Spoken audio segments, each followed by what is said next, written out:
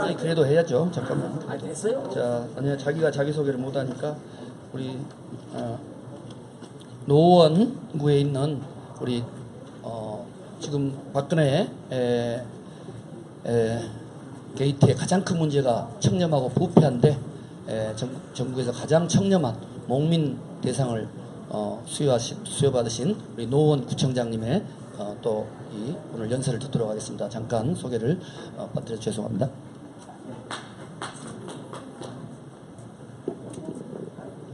네, 서울 노원구청장입니다. 고맙습니다. 우리 전국의 기초자치단체장님들이 2시부터 4시까지 이 탄핵 버스터 기간 동안에 왜 박근혜 씨가 대통령직을 물러나야 되는지에 대한 얘기를 충분히 해주셨다고 생각을 합니다. 너무 열정이 넘치셔서 이제 시간이 얼마 안 남아 있어서 저는 탄핵 이후에 우리가 무엇을 어떻게 할 것인지에 대해서 제 경험을 포함해서 잠깐 말씀드리려고 합니다. 30년 주기설이 있습니다. 4.19 혁명이 1960년이고요. 그리고 1987년에 6월 항쟁이 있었습니다. 대략 27년인데 30년 가까이 되지요. 그로부터 또 다시 30년이 흐르고 있습니다. 지금은 12월이지만 탄핵이 성사되더라도 헌재에 가서 인용이 될지 여부 등이 이제 내년 1월 달입니다. 내년 되면 6월 항쟁이 있은 지 30년이 되는 해입니다. 그 30년이 되는 해를 우리가 어떻게 맞이할 건가가 우리에게 남아있는 굉장히 큰 숙제입니다. 참고로 제가 30년 전에 학생운동의 재야 담당 대표였습니다. 87년 6월 항쟁은 지금보다 훨씬 더 어렵고 힘든 싸움을 해왔습니다. 전두환 대통령이 호언선언을 하고 그 호언을 끝장내자고 해서 호언 철폐 독재 타도를 외치고 대통령을 간선제로 뽑았기 때문에 대통령을 직선제로 뽑자. 직선제로 독재 타도를 외쳤습니다. 지금 박근혜 퇴진하라고 하는 그 목소리가 30년 전에는 직선제로 독재 타도였습니다. 그 30년 전의 목소리를 생생하게 기억합니다. 그래서 얻어내긴 했습니다. 직선제를. 그런데 잘 아시는 것처럼 그 모든 광장의 성과를 고스란히 당시 기득권 세력이 가져갔습니다. 30년 전을 기억하면 이렇습니다. 전두환에 저항한 많은 사람들이 있을 때 전두환을 마치 노태우 당시 유력한 대선 후보가 설득한 것처럼 해서 직선제를 받아내고 또 한 가지를 했습니다. 김대중 당시 이제 연금되어 있던 김대중 대통령을 사면한 일. 직선제는 얻었지만 YS와 DJ가 분열하면서 사실상 우리는 6월 항쟁의 성과를 제대로 국민들에게 다 전해주지 못한 아픈 과거를 갖고 있습니다. 앞서 우리 단체장님들께서 왜 탄핵해야 하는지, 탄핵이 얼마나 절박한지, 그것을 성공하지 못하면 우리 민주당과 국민의당 의원들이 다 의원 배지를 던질 각오를 하는 그만큼 그 이상으로 절박한 상황이라는 것을 누누이 말씀해 주셨습니다. 저는 이 결기가 있다면 230만이 넘는 연인원 600만 명이 넘는 촛불 시민들의 민심이 제대로 전달된다면 당연히 탄핵이 될 거라고 믿어 의심치 않습니다. 문제는 탄핵 이후입니다. 탄핵 이후에 우리가 무엇을 어떻게 하느냐에 따라서 30년 전의 과오를 되풀이할 가능성도 얼마든지 있습니다. 그것을 어떻게 막아낼 것인가, 그것이 어쩌면 우리에게 더 큰 숙제일 가능성이 높습니다.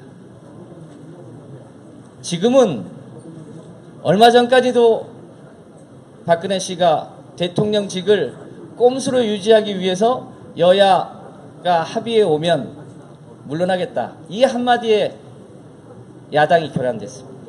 여당도 교란됐습니다. 그것을 우리 국민의힘으로 다시 묶어 세웠습니다. 그 대우가 매우 단결되어 있는 것처럼 보입니다. 탄핵 때까지는 그럴 겁니다. 그런데 탄핵이 성공되고 나면 다시 그 대우가 흐트러질 가능성이 높습니다. 그것을 어떻게 할 거냐? 잘 아시겠지만 이명박을 세운 것, 박근혜를 세운 것, 그건 개인의 능력이기도 하지만 대한민국을 자신의 기득권과 자신의 돈과 자신의 권력을 지키고자 하는 대한민국의 보수 기득권 세력의 연합으로 그 당시에 유력한 대통령 후보를 세웠을 뿐입니다. 마찬가지로 그 용도가 지금 다 되었기 때문에 모 신문사를 비롯해서 박근혜를 용도 폐기하고 있는 중이죠. 절대로 대한민국의 보수 기득권 세력은 이대로 정권을 야당에게 넘겨주지 않을 겁니다. 우리가 어떻게 하느냐에 따라서 달라지겠지만 우리가 이대로 가면 저는 30년 전에 우리의 잘못을 그대로 반복할 가능성이 매우 높다고 생각합니다. 우리의 가장 큰 잘못은 30년 전에 6월 항쟁의 성과를 그 다음에 야당 지도자들에게 넘겨줬다는 겁니다. 당신들이 알아서 단일화해서 국민들의 이익을 대변하면 되겠지 라고 맡기고 우리는 후퇴했습니다. 그 순간 당시 야당 지도자들은 내가 반드시 대통령이 돼야 된다고 하는 것 때문에 분열했고 그들 지지자들은 그들 지지자대로 고향에 따라서 이해관계에 따라서 분열했습니다.